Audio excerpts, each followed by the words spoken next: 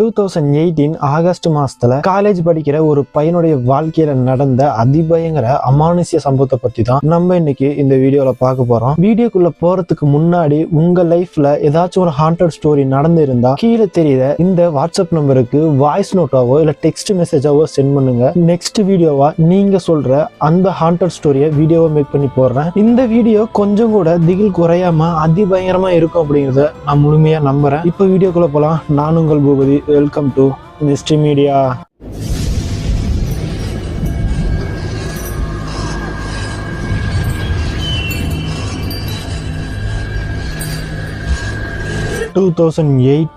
கன்னியாகுமரிக்கு பக்கத்துல இருக்க ராதாபுரம் அப்படிங்கிற ஒரு ஊருக்கு பக்கத்துல இருக்க கிராமத்துக்கு வேற ஒரு ஊர்ல இருந்து ஒரு குடும்பம் ஷிஃப்ட் ஆகி வராங்க. அந்த குடும்பத்துல ஒரு காலேஜ் படிக்கிற பையனும் இருக்கான். அந்த பையனுடைய பேரு வந்துட்டு ஆகாஷ்.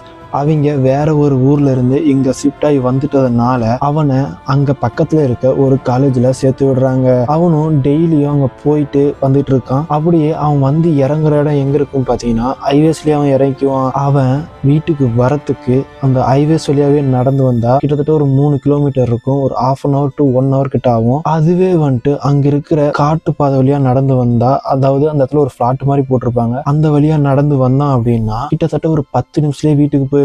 அவன் ரோடு போய் சுத்திட்டு வராம அந்த காட்டுப்பாதை வழியை சூஸ் பண்ணி அதெல்லாம் நடந்து வரான். அப்படி அவன் வர வழியில தான் ஒரு சுடுகாடு இருக்கு. அவன் வரப்ப ஆல்மோஸ்ட் வந்துட்டு இருட்டி இருக்கும். அப்படி அவன் வந்துட்டு இருக்கப்போ அவனை யாரோ ஃபாலோ பண்ணி வர மாதிரி இருக்கு. அவனும் யாரு அதுன்னு திரும்பி பார்க்கறான். திரும்பி பார்த்தா அங்க யாருமே இல்லை. அவன் என்ன நினைக்கிறான் அப்படின்னா, நம்ம தனியா வந்துட்டு இருக்கோம், இது வேற புது இடம், ஸோ அதனால நம்ம பிரம்மையா இருக்கும் அப்படின்னு நினைச்சிட்டு அவன் எதுவுமே பெருசா கண்டுக்கவே இல்லை. அவன் அன்னைக்கு அப்படியே வீட்டுக்கும் போயிடறான். அதே மாதிரிதான் டெய்லியும் அந்த சுடுகாட்டு வழியை சூஸ் பண்ணி வந்துட்டு இருக்கான். அவன் டெய்லியும் வர வர அவனை யாரும் ஃபாலோ பண்ற மாதிரியே தான் இருக்கும். ஆனா அவன் பெருசா எதையும் கண்டுக்க மாட்டான். அப்படிதான் ஒரு நாள் அமாவாசை அப்போ அவனுடைய காலேஜ் பஸ் அன்னைக்கு லேட்டா வருது. ஆல்மோஸ்ட் வந்துட்டு இருட்டிருது. இவனும் தனியா அந்த சுடுகாட்டு வழியா நடந்து போயிட்டு இருக்கான். அப்படி அவன் நடந்து போயிட்டு இருக்கப்போ அந்த சுடுகாட்டை கிராஸ் பண்றான். அப்போ தம்பி அப்படின்னு ஒரு லேடியோட வாய்ஸ் கேக்குது. அவனும் யாரா இது இந்த நேரத்துல இங்க நின்று கூப்பிடுறாங்க அப்படின்ட்டு அங்க நின்று திரும்பி பார்க்கறான். திரும்பி பார்த்தா அங்க யாருமே இல்லை. என்ன ஒரு லேடிஸோட வாய்ஸ் வந்துச்சு, ஆனா திரும்பி பார்த்தா யாருமே இல்லையே அப்படின்னு ஒரு மாதிரி கன்ஃபியூஷன் இருக்கான். மறுபடியும் தொடர்ந்து நடக்க ஆரம்பிக்கிறான். அவன் அப்படி மறுபடியும் தொடர்ந்து நடக்க ஆரம்பிச்சப்போ, தம்பி இங்க பாரு, நான் இங்கதான் இருக்கேன், நல்லா பாரு அப்படின்னு இன்னொரு வாய்ஸும் வருது. அவனும் மறுபடியும் நின்று அந்த இடத்த திரும்பி பார்க்கறான். அப்படி திரும்பி பார்த்தா மறுபடியும் அந்த இடத்துல யாருமே இல்லை. இப்போ அவனுக்கு ஃபுல்லா பயம் விழுக ஆரம்பிச்சிருது. என்ன, நம்ம டெய்லியும் நடந்து வரப்ப யாரோ ஃபாலோ பண்ற மாதிரி இருக்கும், நம்ம அதை மன பிரம்மையா இருக்கும் அப்படின்னு நினைச்சோம். ஆனா இன்னைக்கு யாரோ கூப்பிடுற மாதிரி இருக்கு, ஆனா திரும்பி பார்த்தா யாருமே இல்லை. அப்போ அவன் நல்லாவே புரிஞ்சுக்கிறான், இங்க ஏதோ ஒரு அமானுஷ்யம் இருக்கு. ஸோ இனிமேட்டு என்ன ஆனாலும் நம்ம பின்னாடி மட்டும் திரும்பி பார்த்துடவே கூடாது அப்படின்னு மனதைரியத்தை வர வச்சுட்டு அவன் திரும்ப நடக்க ஆரம்பிக்கிறான். அப்படி அவன் நடக்கிறதுக்கோசரம் திரும்பினப்போ அவன் முன்னாடி ஏதோ ஒரு உருவம் வந்து நின்றுட்டு ஒரே செகண்ட்ல மாயமா மறைஞ்ச மாதிரி இருக்கு. அதை பார்த்த உடனே ஆகாஷ் அதே இடத்துல பயந்து போயிடுறான். அவன் அப்படியே வீட்டுக்கும் போறான். வீட்டுக்கு போன உடனே அவனுடைய பேரண்ட்ஸ் வந்து ஏன் இவ்வளோ லேட்டு அப்படின்னு கேட்குறாங்க. அப்படி கேட்டா அவன் எந்த ஒரு பதிலுமே சொல்லாம அவங்கள முறைச்ச மாதிரி பார்க்கறான். அதை பார்த்து அவங்க சரி ஏதோ கோவத்துல இருப்பான் போல அப்படின்ட்டு அவனை ஃப்ரீயா விட்டுறாங்க. அவன் சாப்பிடாம கூட அவனுடைய ரூம்ல போய் படுத்து தூங்க ஆரம்பிக்கிறான். அடுத்த நாள் காலையில அவன் எந்திரிக்கிறான். எந்திரிச்சு அவனை அவங்க அப்பா அம்மா பார்த்துட்டு, ஏப்பா என்னாச்சு, கண்ணை சுத்தியும் கருப்பு வளையம் கட்டி இருக்கு, ஏதாச்சும் உடம்பு சரியில்லையா அப்படின்னு அவனுடைய உடம்ப நல்லா விசாரிக்கிறாங்க. அதுக்கு அவன் நான் நல்லாதான் இருக்கேன், ஏன் என்னாச்சு, போங்க போய் உங்க வேலையை பாருங்க அப்படின்னு சொல்லிட்டு அவன் குளிக்க போயிடுறான். அவனும் அன்னைக்கு அப்படியே காலேஜ் கிளம்பி போயிடுறான். அன்னைக்கு ஈவினிங் அவன் வீட்டுக்கு வரவே இல்லை. ரொம்ப நேரம் ஆகியும் அவன் வீட்டுக்கு வரவே இல்லை. அவங்க பேரண்ட்ஸ் எல்லா இடத்துலையும் தேட ஆரம்பிக்கிறாங்க. அவங்க ஃப்ரெண்ட்ஸ் வீடு, ரிலேஷன் வீடு, எல்லா இடத்துக்கும் ஃபோன் பண்ணி விசாரிக்கிறாங்க, தேடி பார்க்குறாங்க. ஆனா எங்க கேட்டாலுமே பையன் இங்க வரலன்னு ஏதாவது சொல்றாங்க. அவங்க அம்மாவுக்கு மனசுலாம் அடிச்சுக்க ஆரம்பிக்குது. பையன் எங்க போனானே தெரில, என்ன ஆச்சுன்னு தெரில அப்படின்னு அழுது புலம்ப ஆரம்பிக்கிறாங்க.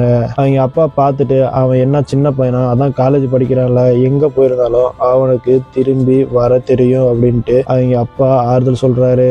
என்னதான் தைரியம் சொன்னாலும் அவங்களும் விடாம அவங்க பையனை தேடிக்கிட்டே தான் இருக்காங்க. அப்படி தேடிட்டு இருக்கப்போ நைட்டு ஒரு 9 இருக்கும். அவங்க பக்கத்து வீட்டுக்காரங்க ஃபோன் பண்ணி உங்க பையன் வீட்டுக்கு வந்துட்டான் அப்படின்னு சொல்றாங்க. அதை கேட்ட உடனே அவங்களும் அவசரமா அவங்களுடைய வீட்டுக்கு கிளம்பி போறாங்க. போய் பார்த்தா அவங்க பையன் சனிமூடியில உட்காந்துட்டு கண்ணை மூடிட்டு ஏதோ முனவிக்கிட்டே இருக்கான். அவங்களுக்கு ஒரு நிமிஷம் பயமா இருந்தாலும் அவன் கிட்ட போய் ஆகாஷ் என்னாச்சு, எங்க போன அப்படின்னு விசாரிக்கிறாங்க. அப்படி அவங்க விசாரிக்க அவன் எந்த ஒரு பதிலுமே சொல்ல அமைதியாவே உட்காந்துருக்கான். அவங்க விடாம தொடர்ந்து விசாரிக்கிறாங்க.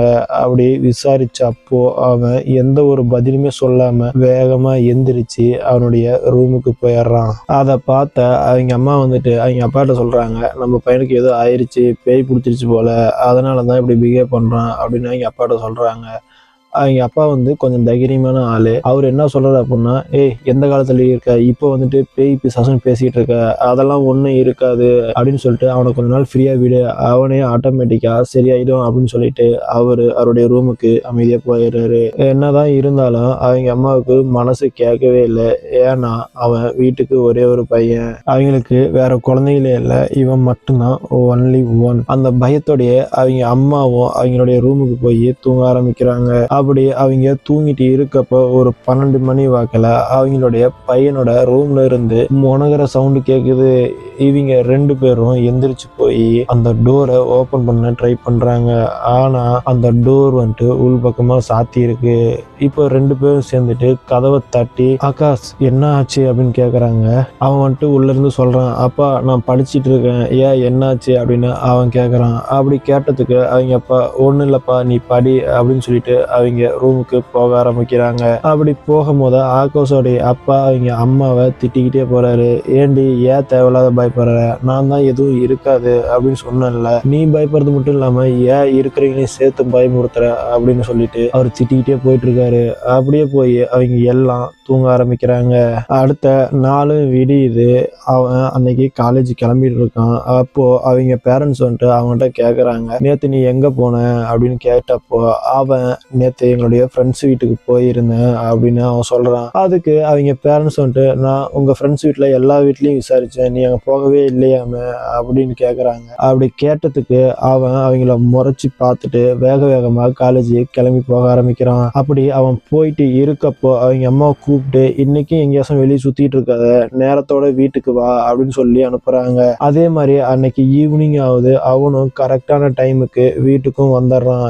வீட்டுக்கு வந்துட்டு எல்லாரும் சாப்பிட உட்காடுறாங்க. அப்படி சாப்பிட்றப்போ அவன் யாரு கூடயுமே பேசாத வேகமா சாப்பிட்டு அவனுடைய ரூமுக்கு போயிடுறான். இதை பார்த்த அவங்க அப்பா அம்மா, இப்ப என்னாச்சுன்னு தெரியல, நம்ம பையன் நம்ம கூட சரியாவே பேசுறதில்ல, என்ன ஆயிருக்கும் அப்படின்னு நினைச்சிட்டு அவங்களும் அவங்களுடைய ரூமுக்கு போயிடுறாங்க.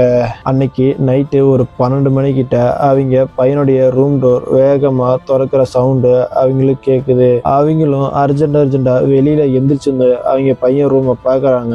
அப்படி பார்த்தா அவங்க பையன் அவனுடைய ரூம்ல இல்ல. அவங்க அப்பா உடனே ஆகாஷ்னு வெளியே வந்து சத்தமா கூப்பிட ஆரம்பிக்கிறாரு. ஆனா அந்த பையன் எங்கேயுமே காணவே காணோம். அப்படியே அன்னைக்கு நைட்டு ஃபுல்லா தேடுறாங்க. தேடியும் அவன் கிடைக்கவே இல்லை. விடிய காலம் 6 மணி 6:30 மணிக்கு அவன் அந்த பிளாட் சைட்ல இருந்து வீட்டுக்கு திரும்ப வரான். அப்படி திரும்ப வந்தப்போ அவங்க அப்பா வந்துட்டு, நைட்டு ஃபுல்லா எங்க போன அப்படின்னு கேக்குறாரு. அப்படி கேட்டதுக்கு அவன் எந்த ஒரு பதிலுமே சொல்லாம அவன் வேகமா வீட்டுக்குள்ள போறான். அப்படி போறப்போ அவங்க அப்பா, டேய் நில்லு, நைட்டு ஃபுல்லா எங்க போனா, நான் உங்ககிட்ட தான் கேட்டுட்டு இருக்கேன், பதிலே சொல்லாம போயிட்டு இருக்க அப்படின்னு அவங்ககிட்ட கேக்குறாரு. அதுக்கு அவன், நீ எங்க போற எங்க வரன்னு நான் கேட்கறேன்னா, நீ மட்டும் ஏன் என்ன கேட்கற அப்படின்னு சொல்லிட்டு வேகமா போய் அவனுடைய ரூம் டோரை சாத்திக்கிறான். அப்படி உள்ள போனவன் ஒரு 7-7:30 கிட்டேயே காலேஜ் கிளம்பி போக ஆரம்பிக்கிறான். அதை பார்த்த அவங்க அப்பா அம்மா, 9 மணிக்கு தானே இவனுக்கு காலேஜ், இவன் என்ன இன்னத்தே கிளம்பி போறான் அப்படின்னு நினைச்சிட்டு இருக்காங்க.